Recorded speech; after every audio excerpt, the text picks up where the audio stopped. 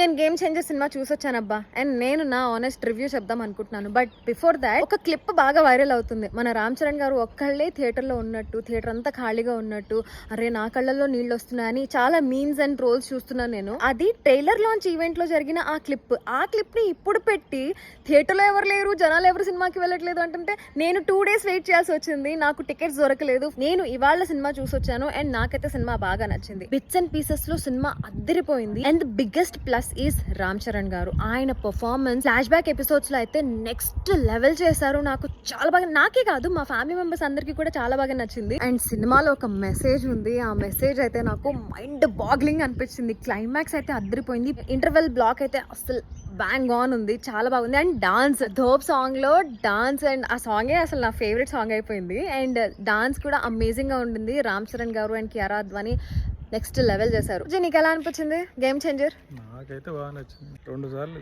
చూసుకునే పని లేదు, 2 times చూడొచ్చు అని చెప్తున్నాడు మా ఆయన. మరి ఏంటో ఆ రివ్యూస్ ఏంటో నాకేం అర్థం కావట్లేదు.